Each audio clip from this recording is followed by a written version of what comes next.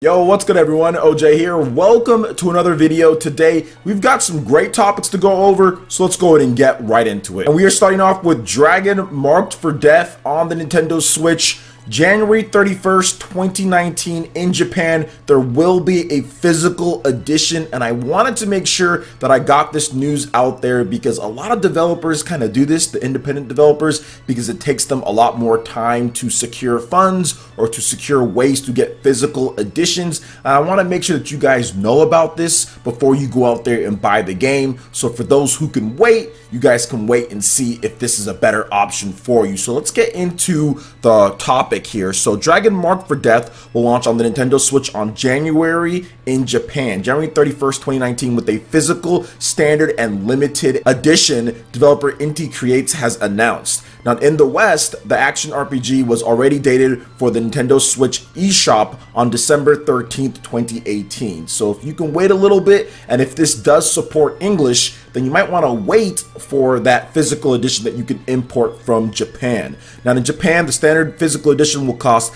5,537 yen, while the limited physical edition will cost 9,241 yen. The latter edition will include an art book and 2-disc original soundtrack CD.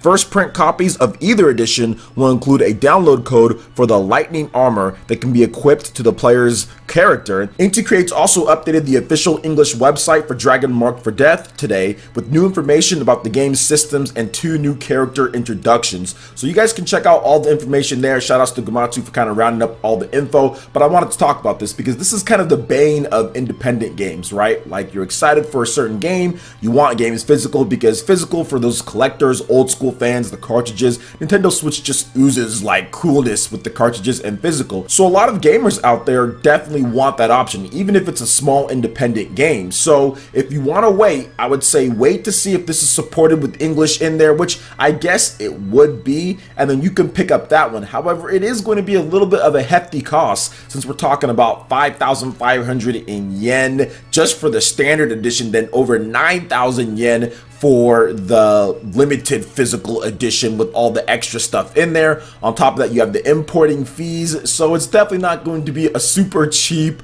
type of game for you to import and play if you want it physical, but we'll have to wait and see if there's any type of physical editions announced for the West, because this also gives me a little bit of hope that there will be a physical edition for the West as well. If they're already producing it in Japan, maybe they do like a limited run type of deal, or Inti Creates partners up with some of the other groups that are here in order to get some type of limited edition that they can do. I know limited run games. I have my copy of Elysian Dust Tale or something like that.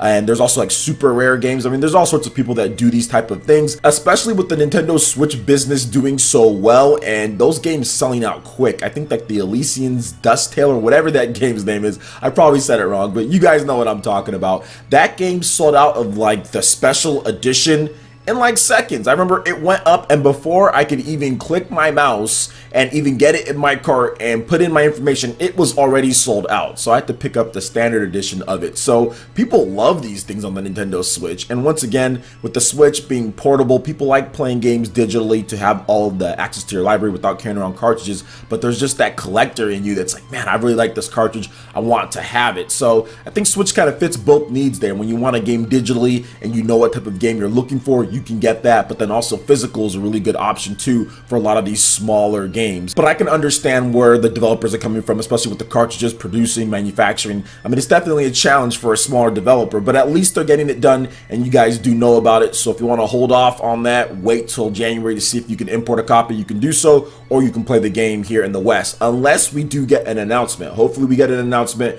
for a Western physical edition, but I'm thinking that if they were going to do it, they talk about it sometime soon. So if we don't hear about it in the next month or so, then yeah, probably won't be happening till next year at some point, maybe after the Japanese physical edition or around the same time. So overall, still hyped for Dragon Marked for Death. They're showing off some cool gameplay. There's been some demos out there that people are saying the game is great. Can't wait to play it. Inti Creates does a fantastic job with their games. They're always well crafted, really well done, very polished. great games to play on the Nintendo Switch. I know Blaster Master Zero was great. I love their Azure Striker Gunvolt. I actually like those games more than Mega Man, which I know it's crazy, right? People don't kill me in the comment section, but yes, I actually like Azure Striker Gunvolt more because you can equip weapons. There's a lot more like mission-based type of things, side quests that you can do within the already Mega Man style missions and action. It just, to me, is just a lot more high octane, a lot more fun. So if you haven't checked out what Inti Creates has done on the Switch already, I highly recommend Azure Striker Gunvolt. They have a collection of games that you can pick up. You can buy the games digitally. It's also physical as well, although it's not everywhere, so you might have to go on Amazon or check at your local retailers to see if they have it, or you can just buy the games on the eShop. Either way. And also Blaster Master Zero did really well on the Switch too. That game sold like over 100K in like no time flat. So really good to see Inti Creates continue with the exclusive support for the Nintendo Switch with some of their bigger games that they do. So what do you guys think about Dragon Marked for Death and kind of what's going on with the physical edition here? Let me know your thoughts in the comment section below. Alright, and moving into the next topic here, we have a confirmed release date for Diablo 3 Eternal Collection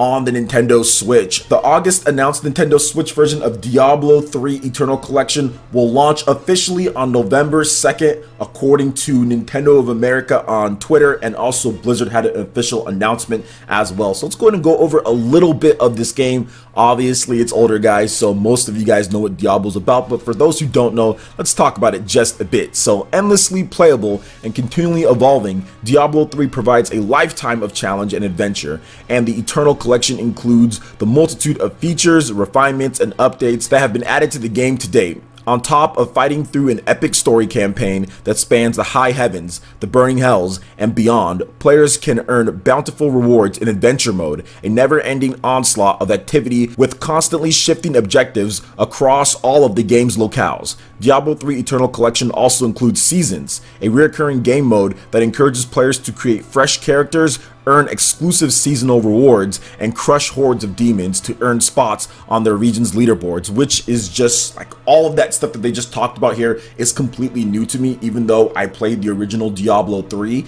and I also played Diablo 3 on the Xbox One. I bought that back in 2015 and I did not know about any of that stuff or didn't experience any of that stuff. So this is definitely going to be a buy for me because that actually sounds really cool. Let's get into a little bit more about the description here, guys. So the gates of hell will soon be opening once again, and we couldn't be more excited to have the Nintendo Switch players joining the battle, said Mike Morami, CEO and co-founder of Blizzard Entertainment. Whether they're bravely diving in alone or teaming up with friends, Sanctuary's newest heroes are in store for endless adventuring and endless loot when Diablo 3 Eternal Collection launches on November 2nd. Then there's also some other stuff that they talked about as well, talking about the split screen co-op that you do have on there. You can play split screen on one Nintendo Switch. Let's talk about you have to have the Nintendo Switch online subscription service to do it. It has Pro Controller support, single Joy-Con support, a lot of flexibility and versatility with the system, and they also talked about how it's like the fastest selling PC game of all time and all the different adventure modes that they put in there, Reaper of Souls, the expansions and stuff like that. So it's amazing, right? All of that content in there, one cartridge, no extra download needed. You have all of that, bam, right there. It is going to be $60, so it is pricier than what you play on the PS4 and the Xbox One, but for me, once again, the fact that I can play anywhere that I want is a big factor. I know that's not a factor for some, but for me, it's a huge factor to spend a little bit more on a game where I haven't even gotten through like more than 5 to 10% of the content when it comes down to it. Like I haven't played all of this extra stuff. I don't even know about it. So I'm going to be excited to kind of jump into it because I do like Diablo 3. It's one of the very few like PC games that I've ever beaten. Like I usually don't play PC games all the way through, but Diablo 3 is one of those games that actually kept my attention enough and kept me engaged enough to play through all of it and beat the game. So I'm excited to see all the seasons and the new stuff that they have in here, the adventure mode, and what they've done to the game since I last played it so many years ago. But I'll also pose a question with this too. So how do you guys think Diablo 3 Eternal Collection will do on the Nintendo Switch? Is this game going to flop, or do you think it's going to do well? And I'd have to say, out of all the different games that have came from these bigger developers, so last year in November we got like LA Noire, we got like Doom, we got Skyrim. I think that because of the nature of Diablo 3, it kind of seems to be like more of like a Skyrim type of game with the amount of content and what Nintendo Switch fans would want to play. So I see it doing very well, maybe doing as well as Skyrim did or a little bit less. I think it can definitely go there in that Skyrim type of realm, even though though it's very old, it's kind of launching in the same type of way Skyrim launched, right? It was already out on a bunch of systems. There's been revised editions, but this one has all the content in there. It's going to run and look good comparative to the other systems. And once again, it's just expansive. There's just so much stuff to do in the game. I think that it's going to be a good seller for the Nintendo Switch. I'm one of those guys that always talks about what Japanese games can kind of bring up sales a bit or get people more interested in the system. But I think Diablo 3 is one of those few and rare Western games that I think that can actually push things up just a bit, because it's such an iconic title. It's such a big title in the market. It's sold so many copies, and I think people would be interested in a completely portable version of that game. Just earlier today, guys, I was at the dealership getting my car serviced, and it took a while for them to kind of get everything through. I was there for about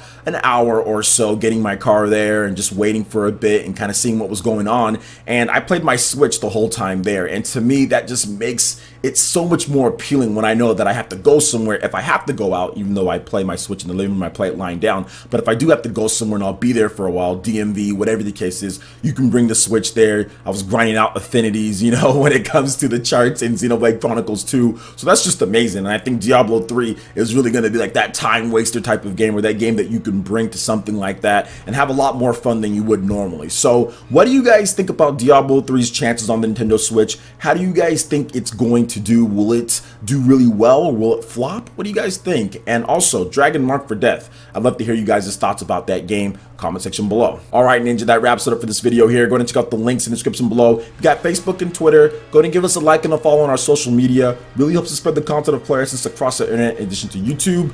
Hit that like button if you did like this video. Lets me know you guys want more content that's going forward in the future. And subscribe to PlayerEssence for this RPG, Japanese, and Nintendo gaming news. Thank you so much for watching, and we'll catch you, Ninja, for the next video. Peace.